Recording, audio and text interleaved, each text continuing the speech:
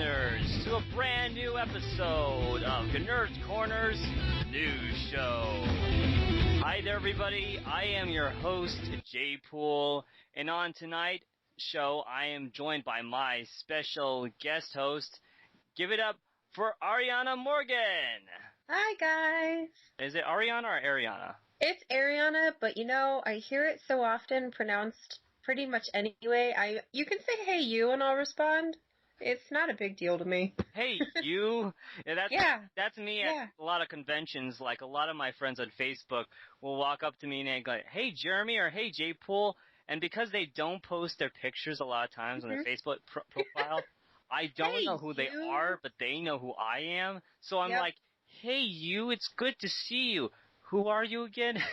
I do that all the time. I was shocked when I met, who was it? It was Freddie Nova. I met Freddie Nova, and she recognized me from Facebook, and I was like, what is this? It was awesome. Well, you do have a very recognizable face. Oh, whatever. Also, the last cosplay photos you've done, so... Oh, they were awesome. I was so happy with the whole group. I don't know if you got to see the rest of the group pictures, but we did a Disney burlesque cosplay for Phoenix Comic-Con. It was pretty grand. Yeah, I was looking for you. I was really disappointed. I'm glad to see the pictures a day afterwards, but I was like... I didn't get to see hardly anyone. We had a group leader who decided we were going to skirt the whole the vendor hall, so we only went around the edge. I didn't really get to see anybody. But we got a lot of pictures taken, so that made me happy. And I thought that my costume would be a little too inappropriate, but I actually had a lot of parents, ask me to pose with their kids. So that made me feel pretty great. Pretty great. Yeah, well, they did have a dress code this year. Uh-huh. Yep. Really, no one followed it. Well, see, the funny thing is that I did follow it. It's just that, 60% coverage of a B cup is not going to be the same as 60% coverage of an I cup. So, yeah. And now you just gained even more fans. So we'll find out. Time will tell. Exactly.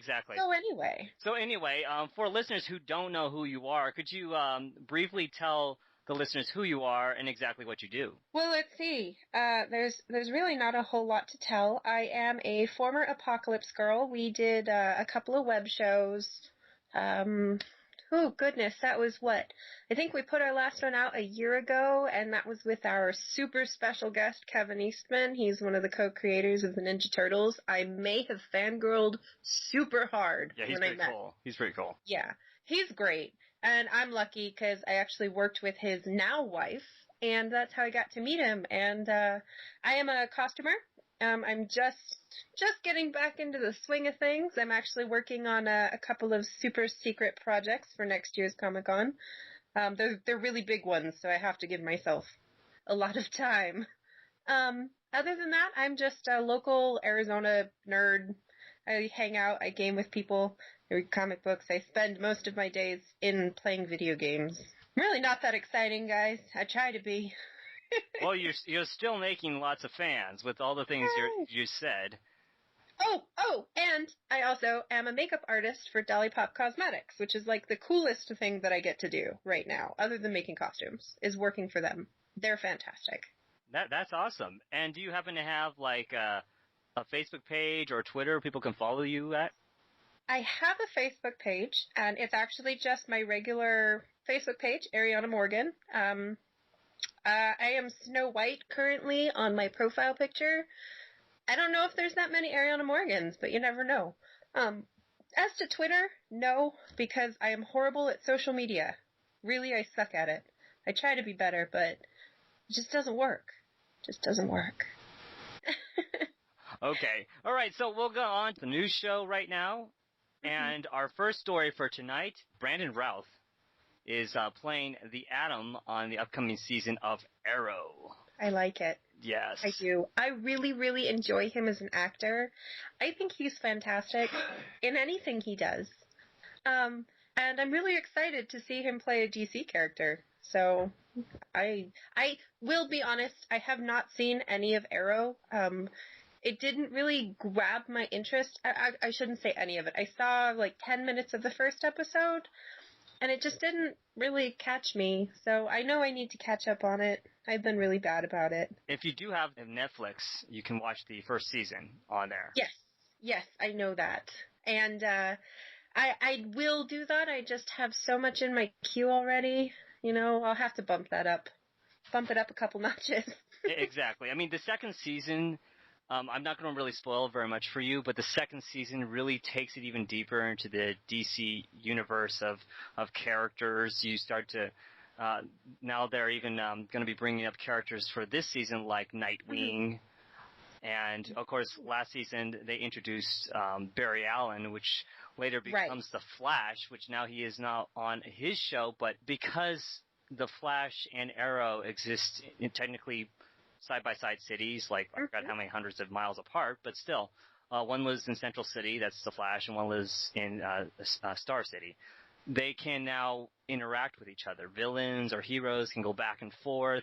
So, which is pretty smart on CW's, on their part, because they can have interactions between the characters between the shows, which would be great. You have the Arrow show up in the Flash show. You have the Flash show up in Arrow. Now all we need is Batman to show up. I know. I mean, if they're bringing on Nightwing, Batman shouldn't be very far behind. He's too big of a character at this point, I think. This is just my humble opinion, but I feel like he's too big of a name for them to put in the TV show at this point. They might surprise us. I don't know.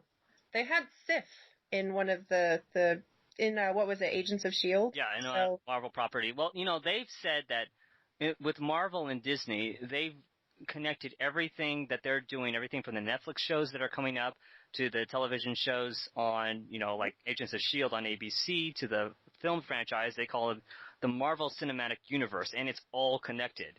Anything that affects one thing will affect the other thing, and so on. I like it. But, a little more cohesive than some of their comic books. Yeah, but with DC, they've tried to split that up. There's 4 shows that are coming out later this year, and it will be, of course, The Flash and the new season of Arrow, and Constantine and Gotham. And I am so excited for Constantine. I know that's a total change of subject. No, we'll be talking about Constantine a little later, too. Oh, yay. But as far as Constantine and Gotham are concerned, they're a completely different timeline, different universe than Arrow and Flash, because they won't be able to interact with that storyline at all. But I'm glad that they're doing that with Flash and Arrow, because that's the only DC property right now, as far as cinematically or even on a small screen, that can interact with each other and the characters can interact. In fact, they even made a hint that they're going to bring in Harley Quinn next season for Arrow. Who do you think they would cast for Harley Quinn? Because you know, all of the awesome fanboys and fangirls out there would pitch a fit if it wasn't just right. Yeah. Who do you want to see as Harley Quinn? Well, the voice of Harley Quinn right now would be an interesting actress to pick, but right now she's on My Little Pony, so. That is so awesome. But no, there was an actress they picked. I forgot the actress's name, but she actually made a vocal appearance in one of the episodes of Arrow. She was behind the prison door at the time, but when you heard her voice, and then she said, "I used to be a psychologist," you knew exactly who that was. That's awesome. And it's really interesting to bringing in these characters, and with the Flash, now, they're going to bring in even more DC characters. But as far as Brandon Routh is concerned, he actually has been a DC character before. He's been Superman. Right. He has been Superman. I will admit, I did not watch that one. I was kind of scared to. I would skip it. I mean, if you really like the actor, that's what I heard, which is why I skipped it. A lot of people said that it wasn't really worth it, which makes me really sad, because like I said, I love Brandon Routh, so love him. Yeah, I mean, the best scene personally for me was the beginning, and that's saying, okay, why do you like the beginning? Because there's this badass an incredibly action-packed scene where Superman is saving a plane. And I'm sorry to say that is the pinnacle of that film. The rest is sort of downhill, and then it starts to not make any sense because of Superman's weakness. And long story short, a lot of people were really mad at that film, but they loved the beginning of it. Yeah. I haven't run into anybody. Maybe I'll have to, get a bucket of ice cream sometime and just watch it. Yeah. It has Cyclops in there. I mean, yeah. No, but Brandon Routh is actually playing a character in upcoming season of Arrow named Ray Palmer, and he will be taking over as the owner of Queen Consolidated because Oliver Queen lost ownership in the company. Long story. You'll have to watch the second season. I will make sure I do that. Yeah. That's my homework. So he's lost ownership of it. The company, it's now being owned by Ray Palmer. He's an inventor and a scientist who has discovered a way to alter his size, either become very large or as small as an atom. And he can even take objects down with him that small. Now, he's actually later on in a DC universe or DC Comics, the Atom is a Justice League member. Yeah. So this is really cool for him to play a character. Some people don't know who the Atom is. Big DC fans or big comic book fans will know exactly who the Atom is. He's not nearly as popular as, The Flash or Batman or Green Arrow or most of the other ones. Oh, yeah, yeah. I'm hoping that this will, help. Bring him to light. Bring him to light to some fans who just know, all the major characters, and then they go, okay, so he's an actual character. I need to go back and check him out. Mm-hmm. And I'm really looking forward to seeing how Brandon Routh plays this character and what he will do with the storyline where we're also going to see Devin Aoki play a DC superheroine called Katana. Yeah, I saw that casting. Yeah. At the end of last season, we find out that Ollie hasn't been on the island completely all 5 years. He's been somewhere else, and apparently he's met other people, and there's a reason why he knows the character Amanda Waller. How interesting. Yes, I like Amanda Waller. If you know her in the comic book, she does things for the good of, the United States and the good of mankind, quote unquote. But she's a very black and white person. Not to say that because she's black, but I'm saying because she's very black and white. Like, she doesn't mind taking out hundreds or even thousands of innocent civilians if it saves millions. It's for the greater good. Yeah, for the greater good. And that, for a lot of the other superheroes, they get a little irked at her because they think that, okay, well, why didn't you let us go out and try to, save all those people first before you decided to, send in your goons or your troops and wipe out a bunch of people. So, yeah, methods are efficient. They might not always be the superhero right way, but she gets the job done. She gets the job done, but, in a way, she needs to listen more to, her allies because a lot of them are extremely talented or extremely powerful, depending on what series you read her in. Like the New 52 version of her, she's more fit. She's she's skinnier because in the older comics, she's a little overweight woman. Looks like a very commanding person, but in the New 52, they made her a very she's ready for action. She's ready to get in the field. She's ready to shoot somebody or kick them in the face. So she's very athletic, and that's how they are presenting the character Amanda Waller in here. In fact, I don't know if the cameraman or the producers have a foot fetish, but they always start with her walking in with her heels, and then the camera moves up her legs all the way to the top. So it always... That's kind of classic cinematography, though. Yeah. You start at the bottom. Like, I don't know, maybe most guys don't do that anymore, but it used to be you would, do the once-over. You look all the way up. Yeah, but she's the only character that they really look at her feet and then just move her all the way up. Not that I have a problem with that. I'm just saying that they must love Amanda Waller that much. Okay, so all right. So let's move on to the next story, and that story is ABC casts Elizabeth Mitchell for Once Upon a Time. Now, if you know who Elizabeth Mitchell is, if you've watched Lost. Yeah. Yeah, she was a character on Lost. She wasn't everybody's favorite character. I don't think anybody on Lost was everybody's favorite character. There was some people that were favorite characters. I didn't have a favorite character. But Elizabeth Mitchell wasn't the most popular, but she did last quite a long time on the island. And she was recently in a show called Revolution on NBC. I love that show so much. Yeah, they canceled it.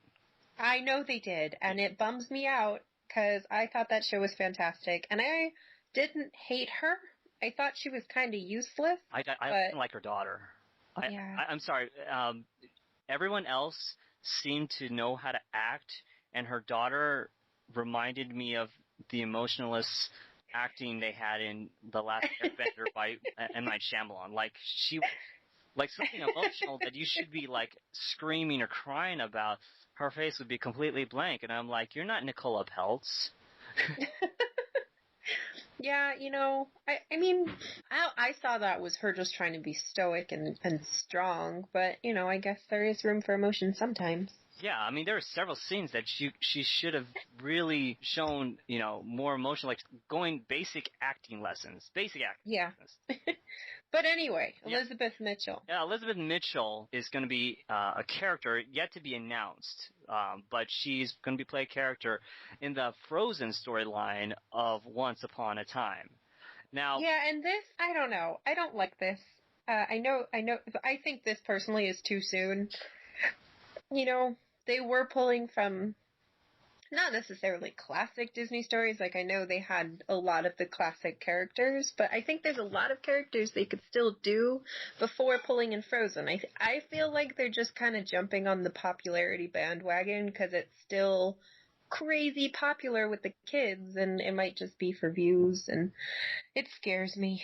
Well, for listeners that don't know, Frozen, or at least the main basis for the character Elsa, the Snow Queen, was a Hans Christian Andersen story a long, long time ago. Don't ask me when it originally started. A lot of these things are like German or European or like fairy tales. Disney just took them up. In fact, they were actually going to make a movie not exactly like Frozen, but they were hinting at that a long time ago, even before the movie Frozen even came to be. So yes, it was supposed to actually be the Snow Queen, which that was one of the things that actually kind of bummed me out about Frozen, is I was told it was going to be Snow Queen, and it wasn't at all. Be careful. We have a lot of fans listening that actually are huge Frozen fans. Oh, I love Frozen. I thought it was great, but it wasn't what I was told it would be. Mm-hmm. Like, just the stories. The stories are completely different. That doesn't say that Frozen is not good. I think Frozen is fantastic, and it's a great story for little girls. You can love yourself and family love and that kind of stuff. Exactly. Now, at the end of last season of Once Upon a Time, we see a golden jar that was taken from Rumpelstiltskin's, I guess, secret stash room or whatever. Emma brought it with her. Well, actually didn't mean to. She was trying to get back to, her world, or at least to Storybrooke, right. And it followed her with her. So we see this blue liquid pour out of it, and it looks sort of like T-1000 forming. And as it starts to form out, you see this at the top of this at the head of this blonde woman with really long hair, and it's braid. And the rest of the costume starts to appear, and she takes off her glove, and she uses her power and destroys the jar she was kept in. Mm-hmm. And then she walks away, and then ice follows behind her. Yeah, I can see how that would, I don't know. Now, a lot of people were wondering, okay, so I talked with my other special guest last week about this. They actually recently cast Elizabeth Lyle, and let's see, hold on a second. Yeah, they cast Elizabeth Lyle and Scott Michael Foster as the characters Anna and Kristoff for this upcoming season of Once Upon a Time, and Georgina, was it Haig or Haig? I gotta find a pronunciation for that. Yeah, as Elsa. So no help here. Yeah, so it's gonna be interesting. I want to see what they're planning on doing and why she should be someone that even Rumpelstiltskin kind of fears or doesn't understand. Right. I don't know if they're going to turn her into a complete villain.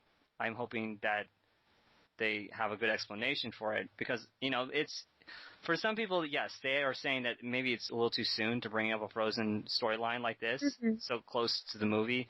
And some producers are saying, well, we should jump on this before it gets too old and people get... I mean, don't get me wrong. It is a smart move because it's still crazy popular and therefore that'll get you a whole other group, just a fan base added to the show.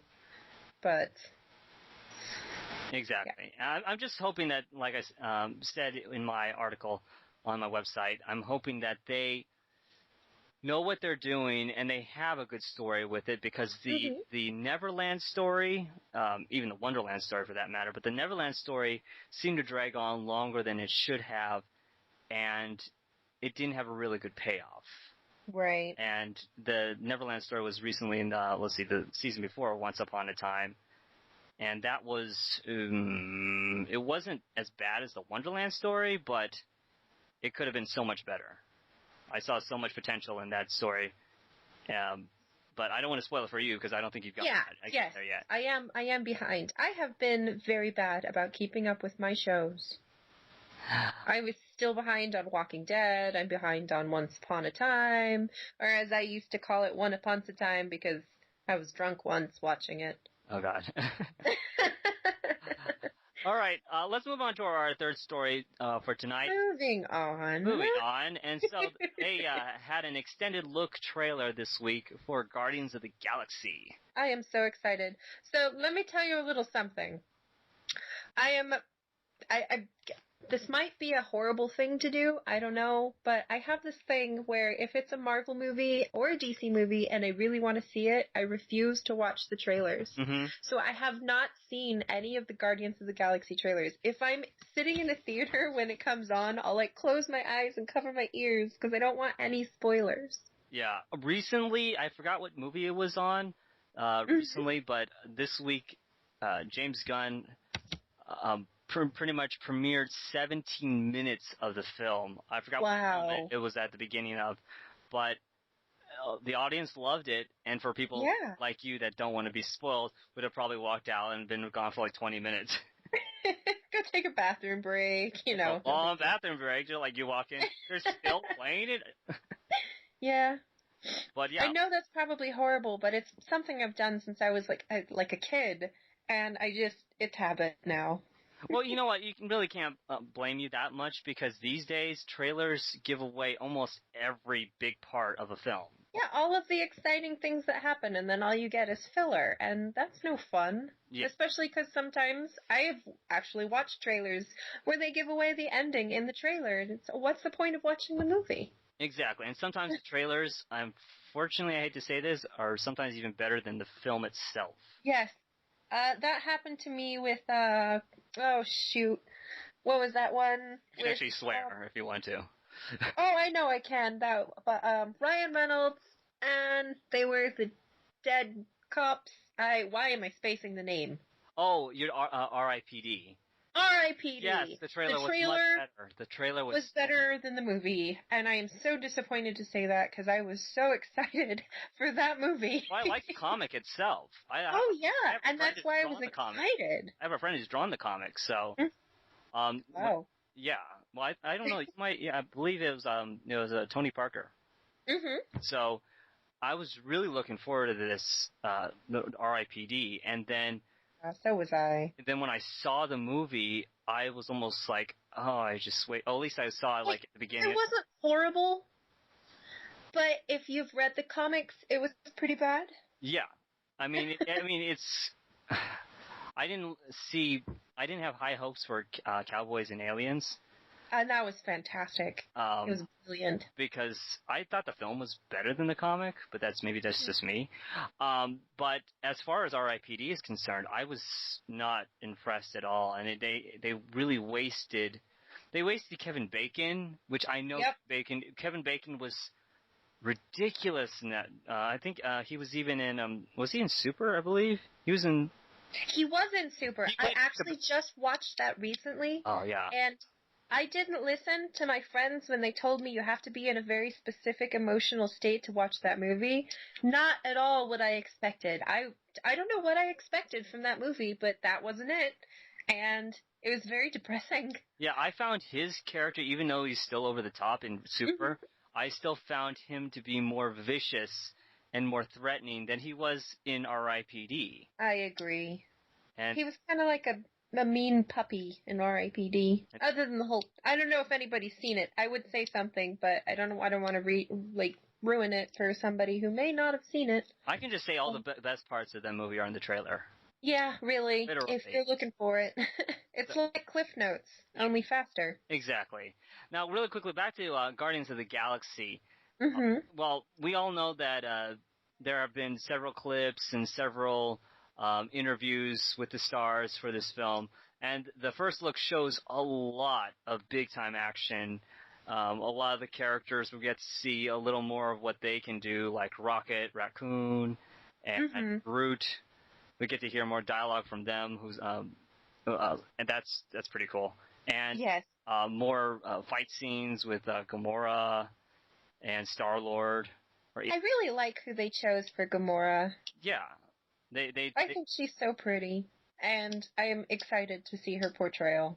Yeah, I always love Zoe Saldana. And,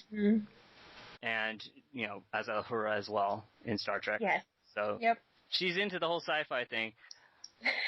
Either that or she just knows it pays well. Yeah, exactly. I mean, for right now, Marvel is really looking at Guardians of the Galaxy to be their Star Wars. Even though Disney does own Star Wars now, they want that to be sort of their new Star Wars for the Marvel franchise. Right. I'm hoping. There's been a lot of hype, and I have personally experienced where there's been a ton of hype, and it's, all over the place, and then it just kind of tanks, and I don't want this to tank. I have such high hopes for it. Yeah, I believe early reviews for people that have seen it, and I have had friends see it already. Oh, so jealous. Well, they're professional movie critics. I know. But they enjoyed it. They personally, I've heard good things about this film, and I'm really looking forward to seeing it on opening day, and I hope you are. It's on August 1st. Oh, hell yeah. Yes. And I know we'll be there. We all will be at the theaters watching it. Our various, respective theaters, but... Yes, we'll be all there. We'll all be together in spirit. Exactly. All right, so on to our next story for tonight. They released recently the trailer for Exodus, Gods and Kings. Now, if anybody has read, at least, or knows about the Exodus story, I don't know how many listeners here are actually Christians or quote-unquote Bible thumpers, if you want to call them that. I'm actually one. I'm actually a Seventh. We're so politically correct on this show. Exactly. Personally, I'll say that I'm a Seventh-day Adventist, and I've read the Bible from cover to cover several times. I have read the Bible from cover to cover. I'm not religious, but my mom actually told me that if you're going to choose to not be religious, you should at least understand religion. So exactly. So Ridley Scott is bringing us this new interpretation of the Exodus story, which is about Moses and him pretty much calling out the Pharaoh of Egypt to let the Israelites go. If anybody has seen The Prince of Egypt or Ten Commandments, with Charlton Heston, you pretty much know the storyline, even if you haven't read the Bible. Right. So this is a story that transcends, both his Christianity, and for people who don't know what this story is about, it's about a man who's named Moses, played by Christian Bale in here. Now, a lot of people are going to be a little angered if they're calling out, race in here, but we're not going to be seeing him in here. And because, he plays an Israelite, or he doesn't know he's an Israelite at the time.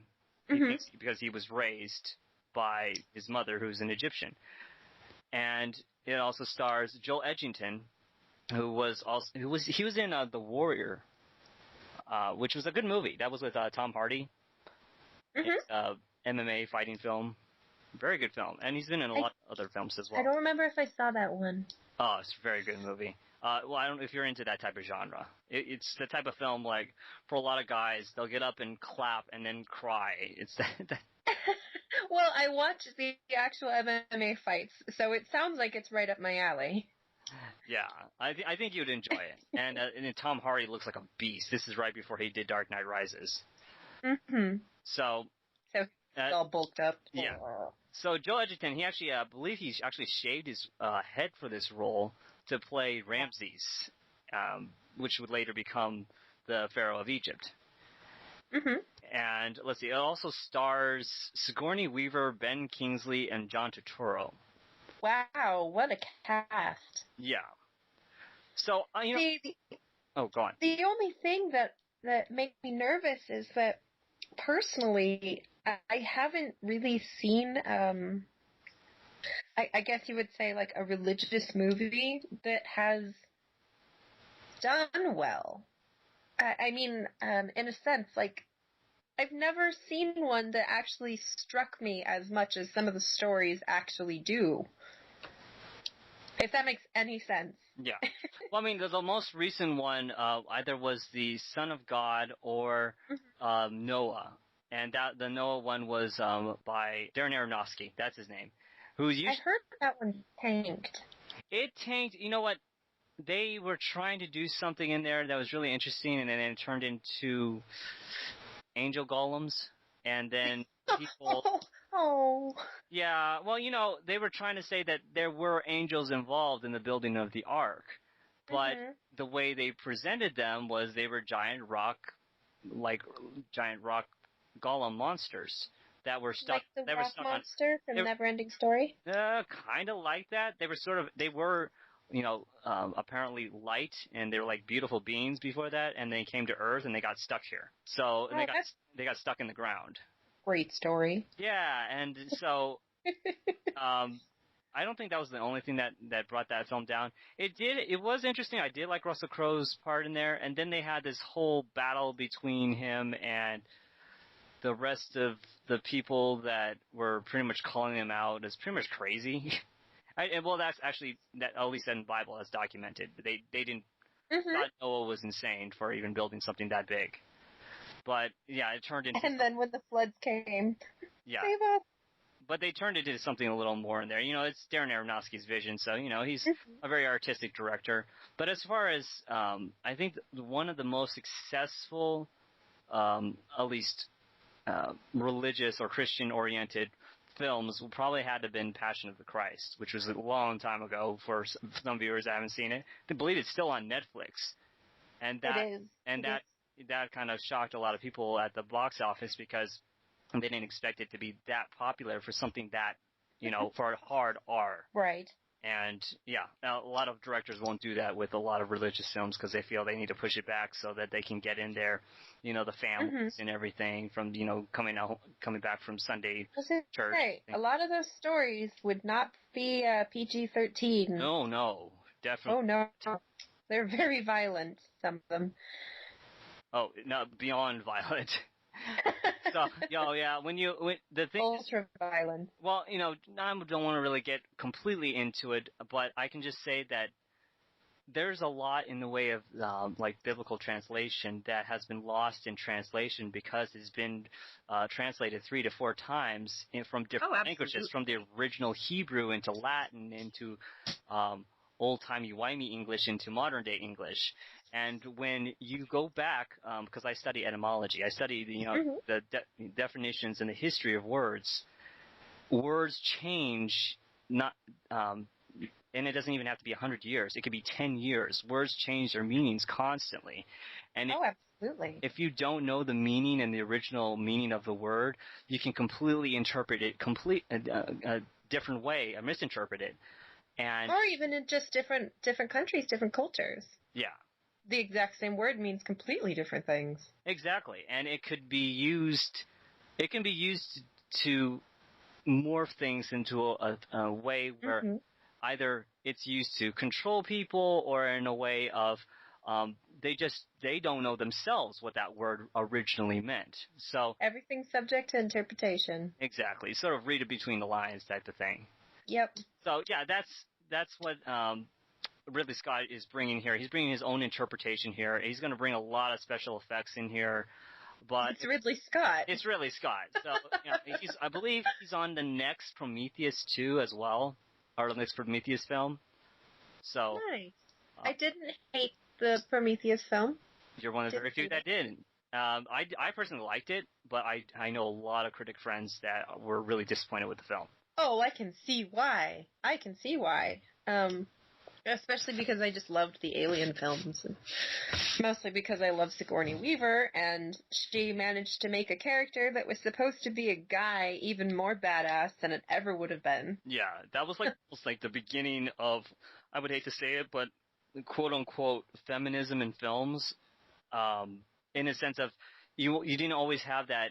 You always had this 80s badass guys, and then all of a sudden, boom! Here, actually, it does even before I believe the 80s. But you had Sigourney Weaver come in, and you saw her in Aliens, where she gets in that giant mech, and tells that alien, get away from her, you bitch.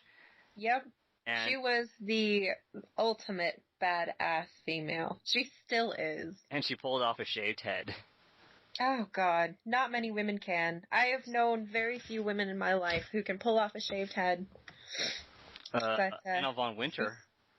Oh, my God. She looks amazing with hair, without hair. I mean, she could walk out in a burlap sack and she would look fantastic. Yeah, both Anna von Winter and KO Cosplay pull it off really well.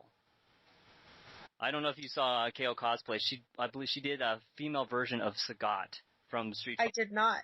Yeah. I am actually not familiar with her. I will have to look her up. She's incredible, and all her other cosplays are incredible.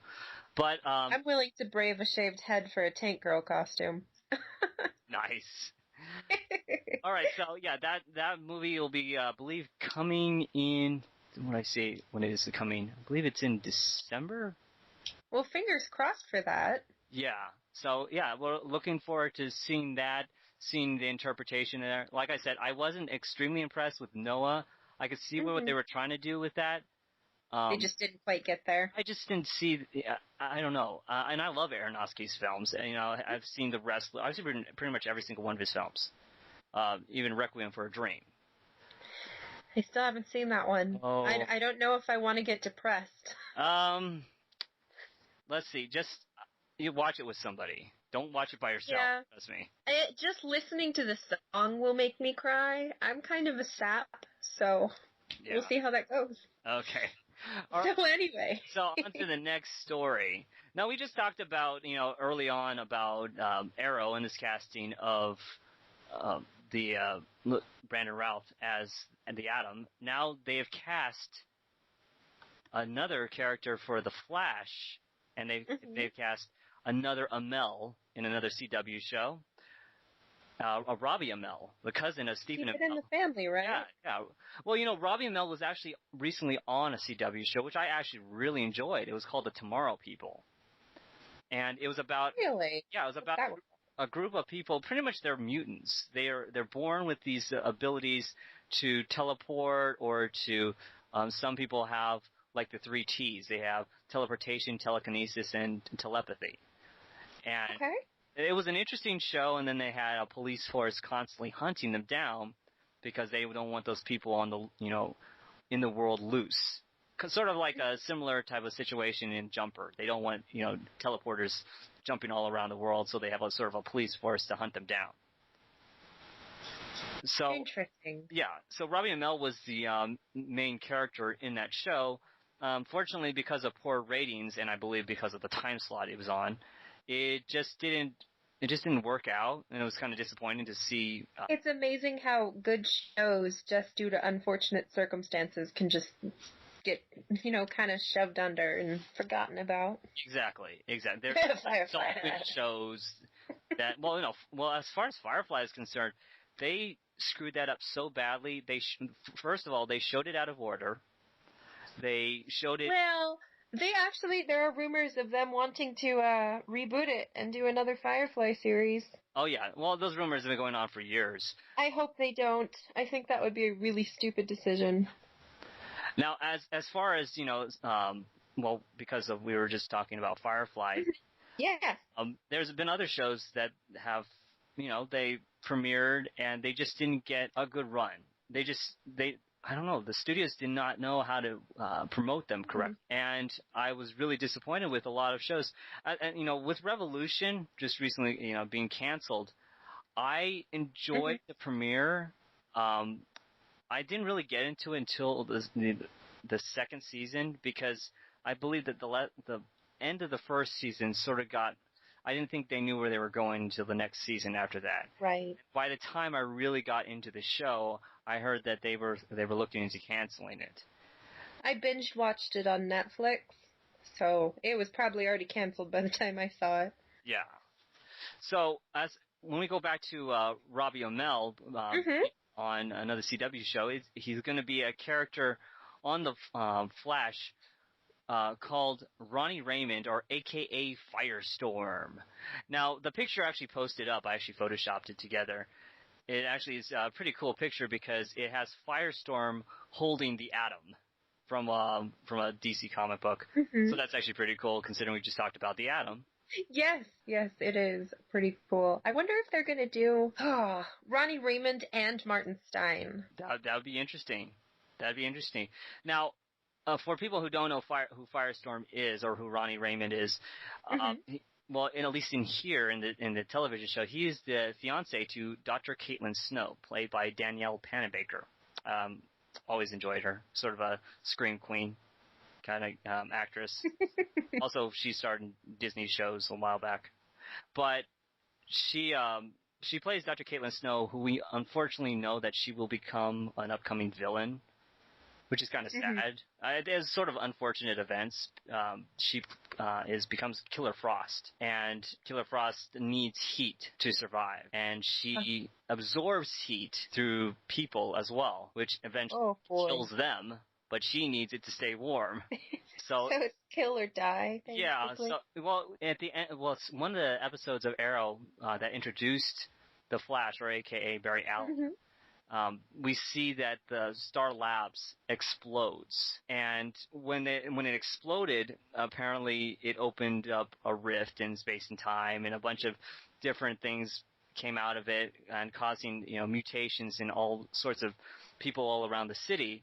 Which now they're calling it on the Flash. They're calling them metahumans. Which, if you are a DC fan, you know exactly what a metahuman is. It's technically a mutant for DC standards. And we're going to get to see more people with abilities and powers, unlike the first season of Arrow, which you were wondering, okay, so there's going to be no powers at all? But no, people are popping up all over the place with abilities up on both shows. So that's going to be really interesting. Seeing the dynamic of, Caitlin Snow with her supposed dead fiance, because he was in the blast apparently, and died, but apparently he didn't die.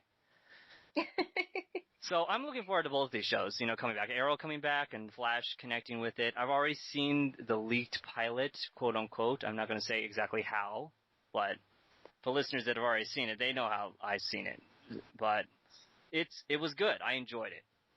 And I'm gonna have to watch it. I know I'm a horrible nerd for not having seen it, but yeah, well, it will premiere soon, but the pilot has already been leaked online, and a lot of thumbs up to the pilot. People really enjoyed it. They liked the actor who's playing the Flash.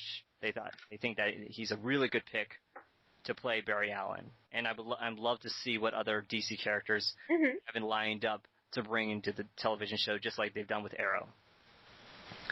All right, so on to the next story, and this one is actually, I was going to have another co-host come on here tonight, but I guess he's moving out of his apartment, so... I get that. I'm moving too. Yeah. This next story, I am super excited about. Yes. Well, I'm excited, and there's a part of it I'm not really excited about. Okay. I'll explain what I'm talking about. So, anybody who's read the New 52's Batgirl, which was recently written by Gail Simone, she is actually dropping off the series, and they're bringing in two new writers, Cameron Stewart and Brendan Fletcher, into the series. But that's not really the big news for a lot of people for this new look at Batgirl. She is getting a brand new costume. I love it. I think it is great. Now, yeah, so for the pictures, if you're on the J-Pool's Gnerd Corner website, or just go online in general and look at, Batgirl's new costume and put that in your search engine, you'll find out that they changed her costume from, normal spandexy type of, tight everything, boobs and ass everywhere. Well, if you've ever worn a spandex thing, it doesn't adhere that much like that. Well, no, it doesn't. It's amazing. Okay, so comic book physics are so much different from the real world. Yeah, that's why a lot of my friends get spray. Let's see, they get spray painted sort of to have that definition and that sort of to extra cleavage wise because it doesn't mold like that. No, it doesn't. I mean, you can kind of get it to do that, sort of. Sort of, but but not as defined as a comic. Like comic book boobs, that's generally not what they actually look like. Exactly. Well, in this new costume, we see she has more of a leather jacket type of look. I love it. I think she looks so much more badass, and I don't know, I would take her a lot more seriously, and that's not just being a girl. That's, I think the outfit is great. It looks more like a practical fighting outfit. Like the jacket looks like it would actually afford some protection. Because for all we know, it could be like a motorcycle jacket with plates in it or something. Exactly. Now, the only problem I have with this costume are the boots. I like the rest of the design personally. But the boots don't seem to really match what they're trying to go for Batgirl. Now, if they were maybe Velcro or snap-on boots type of situation, that'd be completely different. But they're laced up, and they look like boots from Kick-Ass, I'm sorry to say. Oh, see, I totally see them. Oh, I guess I see what you're saying. But I see combat boots, and I think that person's about to go whoop some ass. Yeah, I mean, nothing against people, because I even said this in one forum, and they're like, well, soldiers go into battle, wearing combat boots, and I'm like, soldiers don't jump from roof to roof and do somersaults and flips and jump off people's faces and then come back and kick their face after they do a back flip. You can't really do that in combat boots. Trust me, I've tried. Sure you can. It's really hard. They're different. Well, the way they're designed, it's not like a tennis shoe or like a boot that's very lightweight. No. I can see that. Everything else on her outfit seems to be streamlined in the sense of ease of either removal or, application, I guess. Like her cape snaps off and her jacket is a zipper and her gloves snap on and everything seems very easy, and the boots would be the most time-consuming part other than getting into those pants. Yes. I mean, as far as, if you were in battle and you had laced-up boots, and nothing against people with laced-up boots, but you would think that the villains would be like, aha, a weakness. And no, I guess that depends. I don't think they're going to be thinking about her shoes. More so trying to keep them out of their face. That's true. But like I said, that's really my only nitpick about the whole costume. I love the redesign. It's better than the redesign of Power Girl, personally, when they originally redesigned it and then decided to go back to the original design.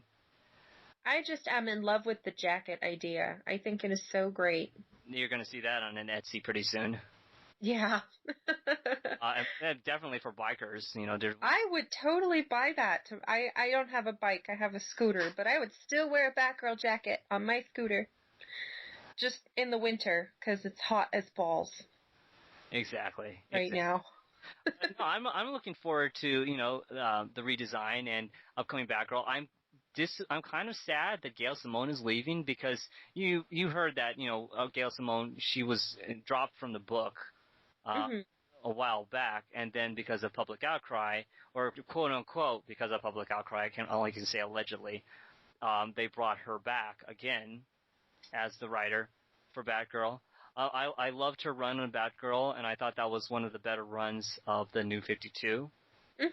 And I wasn't super impressed by most of the New 52.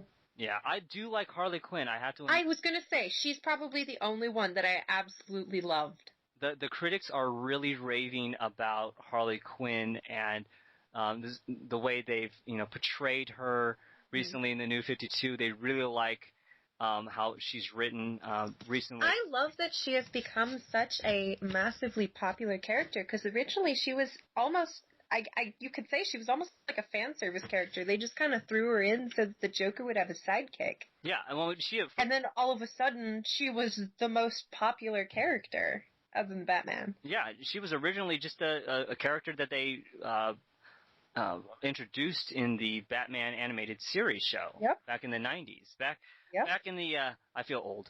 Back in the old timey-wimey days of probably people listening to this would be like, oh, I remember when I was 1 or 2, and I'm like... I grew up watching that, so I get you. That's not old. We're not old yet, damn it. Well, I'm almost 30, so... So, yeah, I'm looking forward to seeing what they are planning with her character, and... I have heard some rumors about what they're planning for her storyline, and I am very interested to read it. Yeah, I really don't want to spoil it for the fans who actually are looking forward to it, but it has to do... Okay, then we won't go into that. All I have to say is there is a fire, and that's all I'm going to say. And lots of detective stuff. There's a big fire, and that's it. I'm not going to spoil anything else. Alrighty then. Alright, so on to the next story. They just released during the World Cup, because right now the World Cup is over. Germany won, and during the World Cup they premiered the new Doctor Who Season 8 trailer in full, which is, I believe it like a little over a minute and 30 seconds, I believe. I haven't actually seen this yet. It is really good, and it's apparently darker this year than ever. Like, since the Doctor is now being played by Peter Capaldi, he's a very well respected actor, but he's also an older person, and he's an older Doctor. He's not your young, hip Doctor that we're all used to, everybody from David Tennant to Matt Smith. Now we have an older, more quote-unquote sophisticated Doctor, and I'm really looking forward to what Peter Capaldi is bringing to Doctor Who, even though he's been in Doctor Who before as in other characters. He was in... Not that anybody will actually remember that. Well, surprisingly, if you're a Whovian, if you're a huge Whovian, you'll remember him from Children of Earth, on Torchwood, and also he played a character in Doctor Who from Pompeii. That's... apparently they will explain why he looks the way he does, and why he looks like a character from those. Right. Because it's the same. So they'll tie that in so that people aren't questioning it. Yeah, apparently, because early on, a lot of people were like, "Well, he's played in these shows as different characters," and people will be going, "So are you going to actually play that out? Why he looks like this? The way he looks now?" So apparently, they are going to explain that. But this season is apparently going to be very darker. They're going to have another companion as well join them as on the journey as well with Jenna Coleman's character Clara. And I'm really looking forward to this. The trailer is awesome, and of course it will bring back new monsters and enemies, and also old enemies. Nice. I wonder who. Well, now I am excited to know that they are going to keep going, but I only have one little nitpick, is that technically this Doctor shouldn't exist. But that's more so going into, nitpicking the I guess history or whatever of Doctor Who. Well, you're talking about because he only is supposed to have 12 Yes, this regeneration shouldn't have happened, but for the sake of TV, they bypassed that. I don't know if you saw the So that will be very exciting, and I can't wait until it comes out. Mildly obsessed with pretty much anything Doctor Who, so... Exactly. I mean, and when I say mildly, I mean entirely. Exactly. So you did see the last Doctor Who's? Yes, of course. And they kind of bypassed the whole 12 Doctor things, because he thought he was, personally, he thought he was done. The Doctor, right? Because the script writers want the Doctor to live on forever. They're probably going to give him 12 new regenerations. One of these days, he will be a woman. one of these days. You know, for the sake of the fact that it actually has become massively popular and the show is great and they've had some amazing writers come on to help with the show, and I am excited to see it continue. I wouldn't hate if they found a way to give him extra, generations or regenerations. Yeah. As long as they do it in a smart way. Yeah. I mean, I liked that he was going to be regenerated. Maybe it was a little weird how he regenerated in the last one. It was really quick. I mean, extremely quicker than I think I've seen a regeneration in any of his previous regenerations. Mm-hmm. But like I said before, if they could somehow, like when Peter Capaldi decides to, hang up his sonic screwdriver and everything, I would love to see them bring a woman into the cast as the Doctor, because he is not bound by gender or... Right, and I heard rumors that before they cast Peter Capaldi, it was actually supposed to be a woman, and I was very excited for that. Very excited, but I am not going to complain, because he's an amazing actor, so it'll be very interesting to see his interpretation of the Doctor.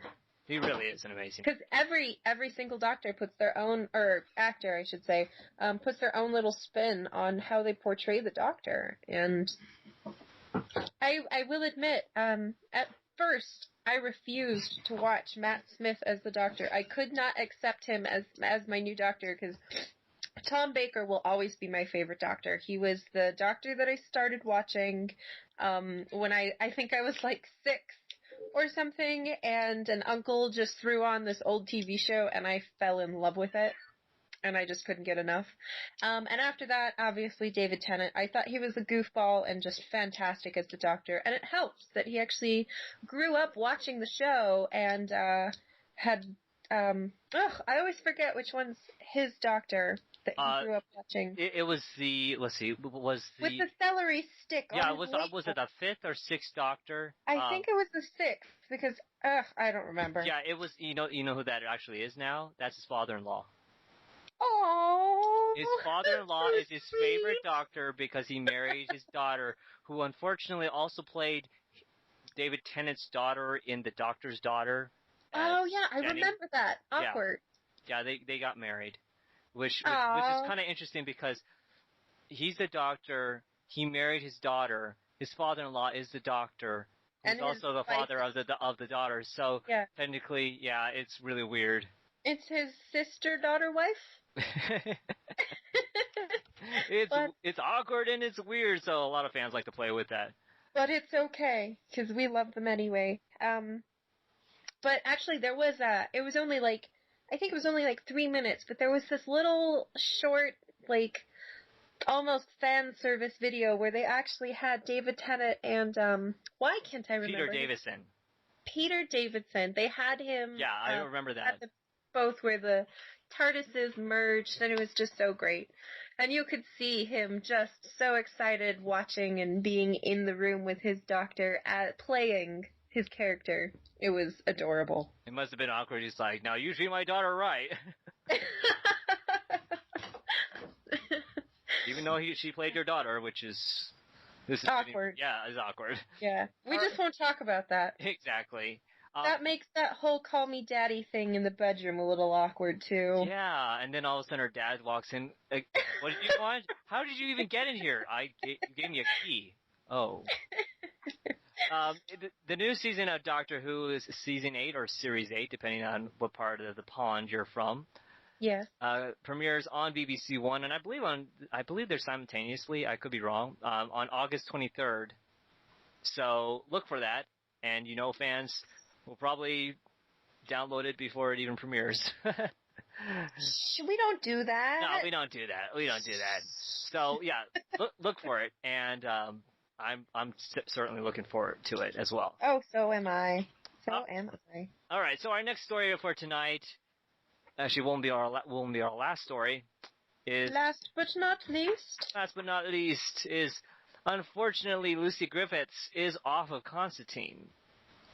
She was actually in the pilot episode as one of the main characters that they were actually going to the storyline was going to be around her character and about her father used to work with John Constantine, and now he's dead, and now his daughter is starting to see, the other side, starting to see demons and all sorts of, mystical and what quote unquote would be mythical creatures just, showing up.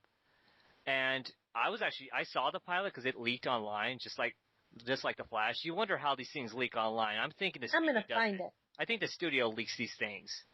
I'm sure they do. Like, oh no, how did this end up out there so that people could tell us what they think? Yes. I enjoyed the pilot personally. A lot of people. I love who they chose as Constantine. He looks. He does. Constantine. He's got the right I'm an asshole kind of vibe to him. He is an asshole. Constantine is a dick. He's an asshole, and he's very snarky, and he's British. And I know a lot of. Perfect. It's so great. This is not your Keanu Reeves Constantine, and I know there are things I like about that Constantine. But the only thing I can say to that is the best way to think of the Keanu Reeves Constantine is you separate it entirely from the comic book. You go, there is this movie, which bears the same name and basic premise of the comic book, but it is completely separate. Exactly. I had to do that with World War Z and a couple other movies, or else I just couldn't enjoy it. Exactly. Now, I know because I talked about with my special guest, Sandra Lee, last week, I said that there are going to be a lot of fangirls that are going to be screaming on the internet saying that Constantine is a complete ripoff of Supernatural, when in reality, Supernatural was supposed to be Hellblazer, but apparently I think they couldn't get the rights at the time, so they decided to do a show kind of like it. They added two brothers in there battling demons, and then later on they decided to introduce a character named Castiel, who suddenly looked like the character John Constantine, even though he was an angel. With the long trench coat. With the long brown trench coat with a tie and a suit underneath. And a lot of Supernatural fans that aren't not really familiar with Constantine. Not in the know. Yeah, get confused when people walk up to them and go, that's an awesome Constantine cosplay. I'm Castiel. See, and I actually have a friend who went as Constantine to Comic-Con, and all the time he was getting, oh, that's a great Castiel, and he's like, I'm blonde. Constantine is blonde. Yeah. Castiel has brown hair. Exactly. Well, no, it's just the only thing I think people had problems with this pilot, and even they heard about this before the pilot was even leaked online, was that Constantine doesn't smoke in here. And that was... I can understand why they did that, because it is TV, and even though we have a lot that is allowed on TV these days, smoking is still... They don't want... And granted, this TV show really shouldn't be marketed to kids, because if they're doing it right, it's not going to be a kids show. But I can see why they don't want to promote... I'm doing air quotes right now. I don't know why, because none of you can see me, but... promote smoking, even if it's through a character where you realize that he shouldn't do this. Exactly. And a lot of people are like, well, you're allowed to show, like, bloody, horrible disfigurations and decapitation. But you can't show someone smoking, yeah. Well, I mean, it's network television. This is not like cable television like AMC or FX. Yeah. In those, you could smoke a stogie or, do some horrible things to people, but on, like, network television like NBC... Unfortunately, they are stuck with certain things, and fans are kind of disappointed. I didn't really mind it. I mean, I know he smokes like a chick. It is kind of a key aspect to his character, just how much he smokes. Yes, to the point of, like, how are you still alive? Yeah, pretty much. But it's not so much a key aspect that I think it's going to take away, necessarily. They're just going to have to figure out to give him some other TV-acceptable vice, I feel. Because he needs to have that vice, and I hope it's not drinking. Exactly. Now, as far as Lucy Griffith's character is concerned, and now that she's out of the show, I'll just explain a little bit what her character was all about. She is sort of a car salesperson who finds out that, her father was, technically a demon hunter, along with, he could see things that even Constantine couldn't see. And he even had an underground lair with a bunch of ancient books and relics, including when they go down there, Lucy Griffith's character picks up this golden helmet, which Constantine tells her to put it down before it puts her down. And as the camera zooms around, you can see it's the helmet of Dr. Fate. Nice. And so... Just toss that in there a little bit. Yeah, so because it's a DC property, or AKA Vertigo, it's still DC, there have been rumors going around that they could even cameo Zatanna in this show. Oh, that would be so awesome. I love Zatanna so hard. So hard. But I will say, taking Liv, the character, Lucy Griffith's character out of the show, they're going to have to redo basically how they're going about the entire show, but I don't hate it because, I know that they're talking about bringing in Zed, who's actually they are. the character. Rather than somebody that they just made up for this TV show, they're actually bringing in another one of the characters from the comic book, which would be kind of awesome. Yeah, they really are. And in fact, hold on a second. I actually had the article up and then I accidentally closed it. Hold on a second, because this is called editing. All right, so I can't say the woman's name, Angelica. Hold on a second, if I can get this up. You'll get there. I think I just pulled up a Spanish website. That's okay. Oh, crap. She's a telenovela star. Angelica Shilaya or Kelly, I don't know. I can't pronounce her name. Hang on. Who are we?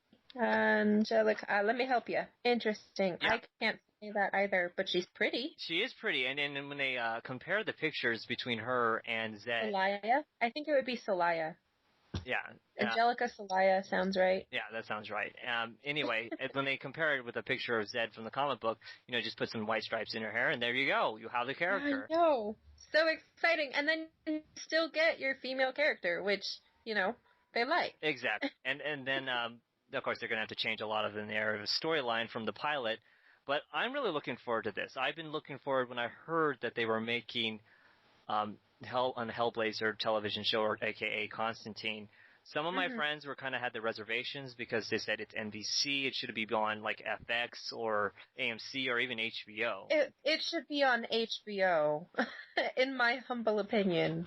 Yeah. Because then they could do it right. We'll tell that to people that are bringing Preacher to AMC. Yeah. Oh my God, I'm so excited. You don't even know. Oh, I fangirl so hard. I want Anson Mount to be, why can't I think of his name now? Now it's gone. Oh no! The gunslinger! Oh yeah, I keep forgetting the guy's name. Oh, it's been a while since I read it. The Saint of Killers. Duh. Oh. I want Anson Mount to be the Saint of Killers. If you look at pictures of the Saint of Killers from the comic book next to Anson Mount, it's perfect. And this is me fangirling because Preacher is probably my #1 comic book series, ever. It's for kids. Sorry about that. It's so not for kids. watch her. Wow, I'm gonna buy this for my kids. We would have recommended it. Oh yeah, I had a very, very religious friend ask me if she would like Preacher, because she's like, oh, this has got to be about religion, right? And I was like, yours kind of, not really. You're not gonna like it. I enjoyed the series personally. It's been a while. Oh, I loved it. I thought it was so great. Right, probably it's definitely my #1. My #2 would be Transmetropolitan. Yeah. The one I'm really looking forward to, because it was originally dropped from Fox and FX. And I believe it's going to be on either Showtime or HBO. I forgot which one picked it up, but Powers. That's the one I really am looking forward to. I haven't heard of this one yet. Well, it's about a world of superheroes. And the backgrounds of, because everybody sees, in the limelight, in the media. They see all the good things these superheroes are, and then all of a sudden we see the dirty side of some of these superheroes. Nice. Some of them are like really assholes, and some of them are. And we find out in the first few issues, we find out that some of these superheroes are turning up dead in very mysterious ways, and the people that are put on the case. One of them is a really good detective, and this other guy is. He used to be a superhero. He lost his powers. There's a reason why he lost his powers. But now, because he knows this world of superheroes, he has, inside what's, how these people live and what their psychology would be. That makes me think of, I'm pretty sure it was a comic book. Don't quote me on this, but there was one where basically it was a world of superheroes, and there was an agency that sold superhero insurance because of all of the collateral damage they caused when saving. Again, I'm air quoting. I don't know why I do this. Yeah. From saving the world or saving the city when they would actually wreck it and cause billions of dollars in damage. I have an idea of what that might be, but yeah. I can't think of it. I'm a little derp sometimes. Yeah, I just found out it's going to be on Stars, so. Okay. Because the Stars and all those premium channels can do pretty much really graphic things.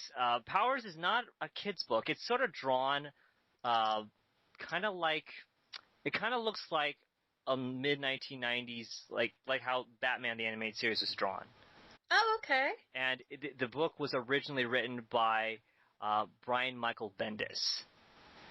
So if you're a Bendis fan, or they call him BMB for short, then this comic book or this show that's coming to Stars is the thing for you. Is it really dark? It's not what you would think when you originally look at the cover. You're looking at the cover going, oh, this looks like a typical superhero detective type of book. That's what I thought of when I watched Super.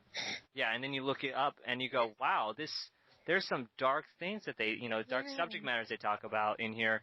And it's definitely something you should pick up. If you can find the graphic novels, they're available, I believe, in digital form.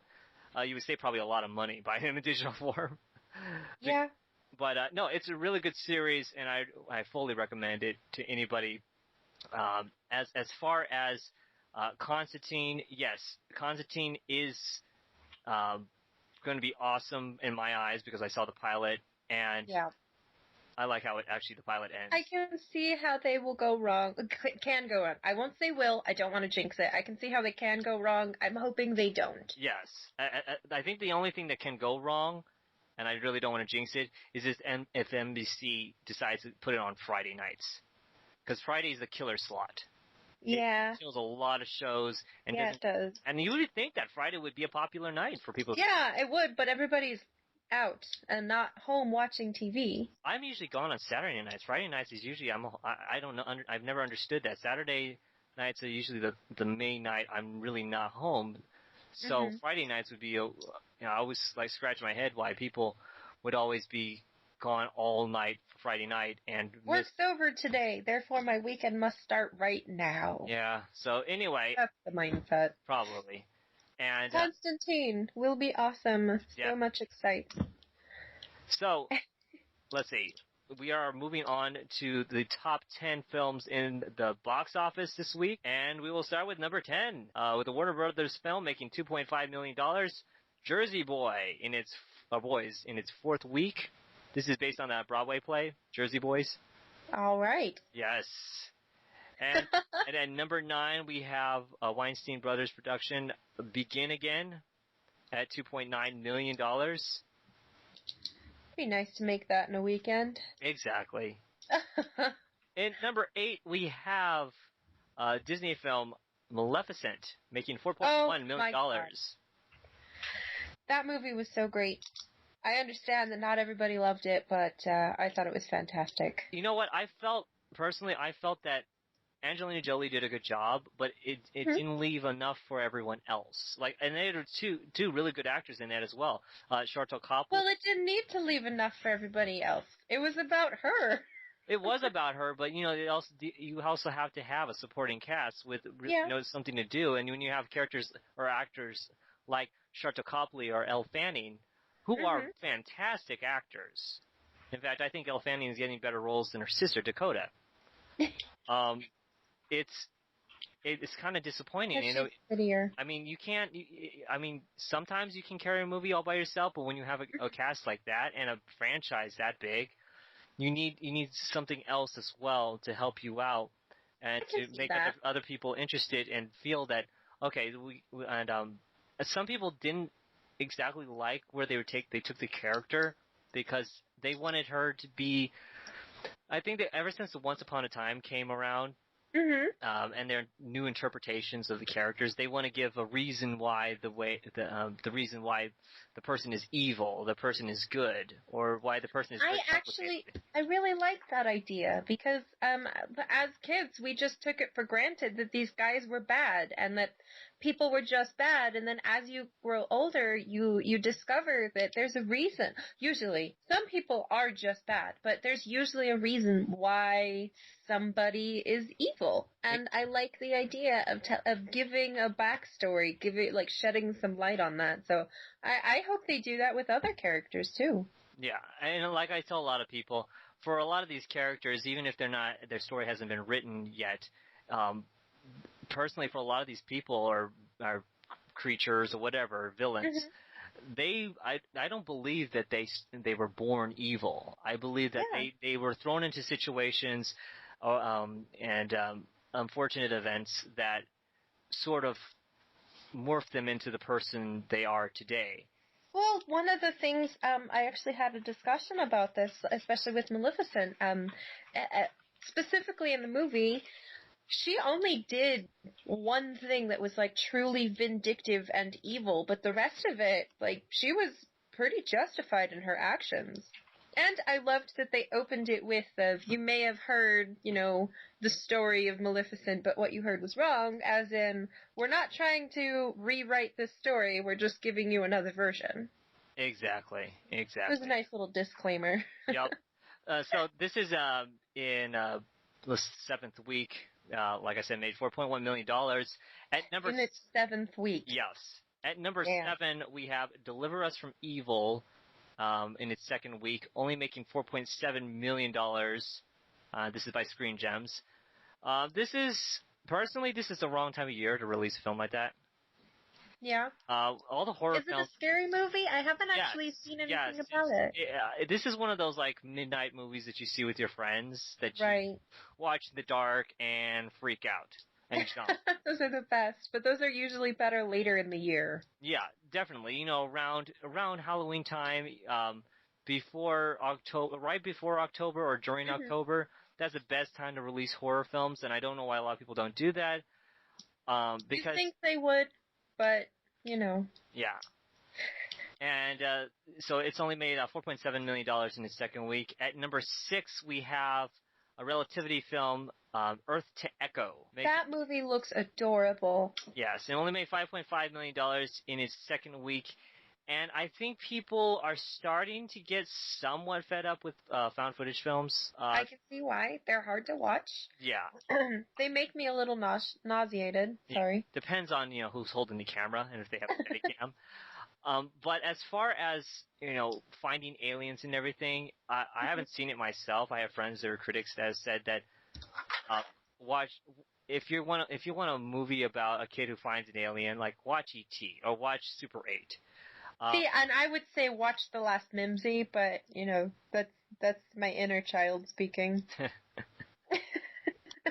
Well, as far as Super 8 is concerned, that was trying to harken back to a time when, the director of the film, J.J. Abrams, is a hardcore Steven Spielberg fan, and he was lucky to get him on to produce the film with him. And that was pretty much an homage to Steven Spielberg. And as far as critics are concerned, Earth to Echo is just not up to par with any of those films. I can see why. And so, it really didn't, because the word of mouth got out and it didn't open up very well.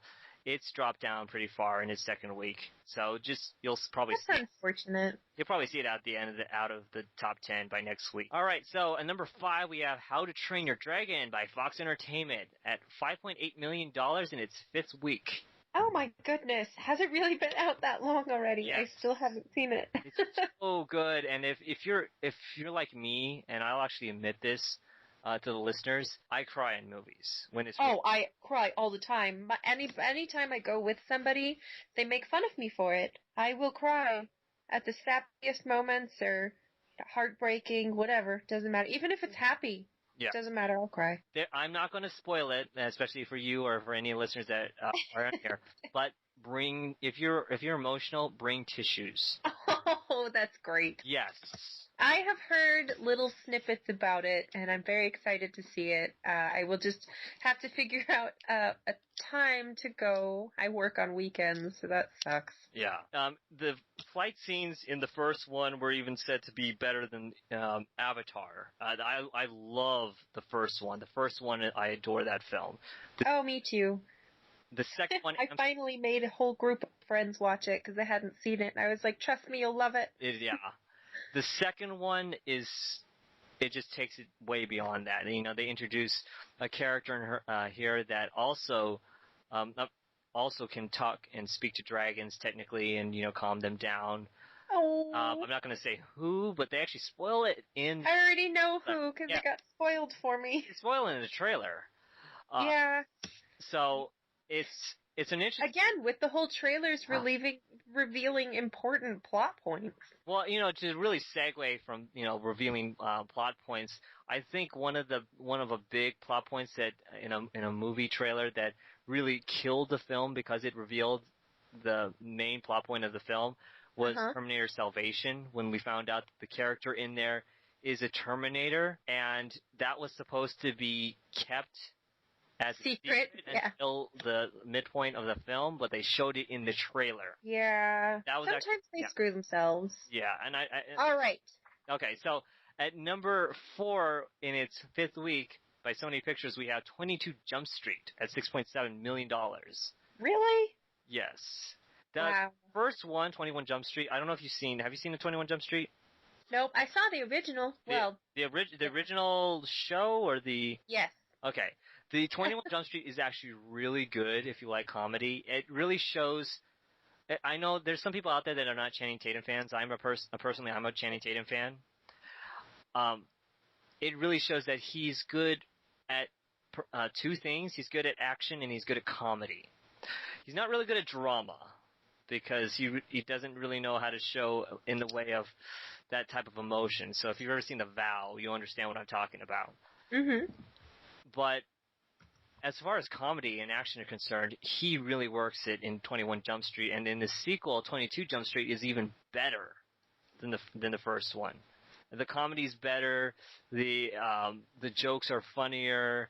I think if you go with a group of people, they'll just laugh their heads off watching this film. So it's a friend movie? Yeah, it's a buddy film. It has, right. Yes. Well, hopefully I'll watch it, and hopefully that'll make me feel better about Channing Tatum, because recently they announced, I don't know if any of the listeners have heard this, they announced him cast as Gambit, and I am super bummed. Yeah. I mean, good for him for landing that role, but, doesn't fit in my mind. Former male stripper Channing Tatum. Yeah, as Gambit. I don't get it. But, I could be wrong. Maybe he'll dance and then light things up with his... Nobody thought that Heath Ledger was going to make a good Joker. This is true. This is very true. And then he died and then he won an Oscar. Yeah, right. After. Anyway, all right. Number 3, by Warner Brothers, in its second week, we have Tammy making at $12.9 million. Holy crap. Yeah, it's not a lot of money, but it doesn't look like a movie that I would go see the movie in the theater or probably even rent it. I have nothing against her character. I actually like the actress, but I feel that she's being typecast a lot as the stupid or she's not like always all there character in recently in some of the films she's been in. And I like the actress. She's really funny. A lot of people remember her in Bridesmaids when she took a dump in the sink. That was, I hope that's not her tombstone. Right. Yeah. She was a very funny lady. And you remember that movie where she took a dump in the sink? Why would you write that on her tombstone? Yeah. Melissa McCarthy, though, she's pretty great. She is very funny. She is. I just don't want her to be typecast as these characters, because in this one... I think it's too late. Yeah, no, I think that she can get out of it, but she has to really negotiate with the studios and say, if you're going to give me this role, I'm out. I want to be in a role where I'm really taken seriously, technically. All right. Speaking of taken seriously, we have number 2. We have Transformers: Age of Extinction in its third week, making $16.5 million. Now, I saw this recently, just last week. I haven't seen it yet. I refuse to watch it. I can't recommend it to anybody. Yeah. I can recommend it to people that love popcorn summer films, that want to go there and turn their brain off. But as far as storyline is concerned and character development, you should stay away from this film. And I'm really looking for them to take a more serious tone with this film. That's what I kept hearing. I kept hearing that Michael Bay actually decided to throw away all the stuff he did with Transformers 1 through 3 and really go in a more serious tone in here. And the storyline just seemed to take a dump. And especially... That's unfortunate. Yeah, and they cast Nicola Peltz as his daughter. And if we just talked about Nicola Peltz earlier in this podcast, I can tell you, wow, her acting is wow. Come on, seriously? It looks like makes Megan Fox look like an Oscar-winning actress. That's saying something. Yeah. Ooh. All right, and number 1. Moving on. On number 1, we have, in its first week by Fox Entertainment, making $73 million this weekend. Dawn of the Planet of the Apes. Holy crap. Not surprised, but still holy crap. This is a lot of money. To Rise of the Planet of the Apes, which was an incredible film. It was beyond the scope of what I originally thought they could do with a Planet of the Apes film, because I was still stuck in that whole mode of Tim Burton, you really fucked up with the Planet of the Apes, and that also had Marky Mark in it, or AKA Mark Wahlberg. See, I kind of really liked it. It's like a guilty pleasure. For some people it's a guilty pleasure, but for a lot of people that are the Planet of the Apes fans, it's kind of something we try to forget about, kind of like Batman and Robin. Oh, yeah. We won't talk about that. But so anyway. For Rise of the Planet of the Apes, it was something completely different, a different way to look at it, almost to the point of you're rooting for the apes. And then now Dawn of the Planet of the Apes starts off with the world has pretty much been taken over by apes. There's this horrible disease that's killing off the humans.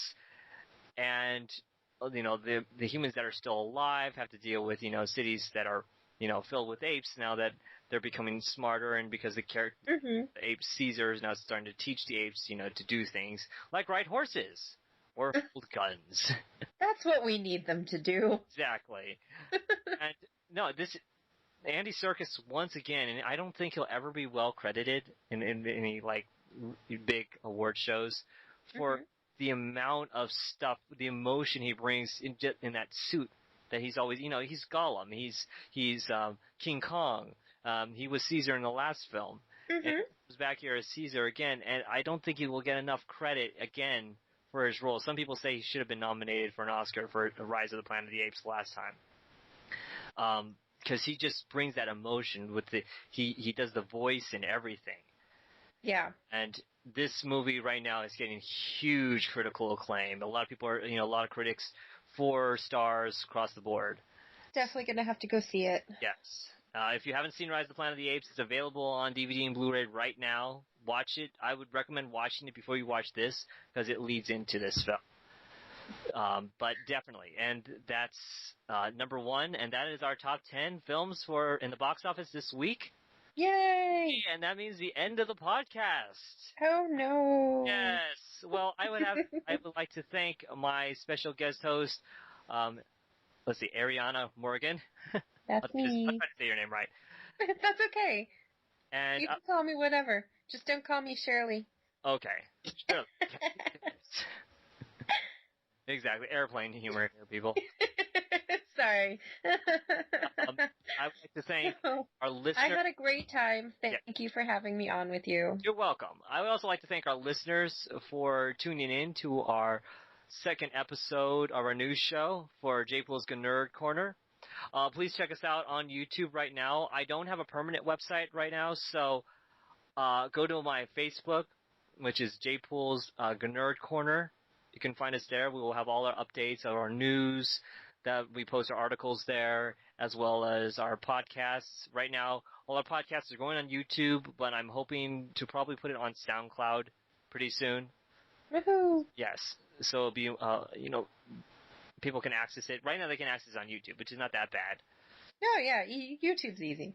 So, please subscribe to our channel on YouTube, and thank you for listening. Bye! Good night, everybody.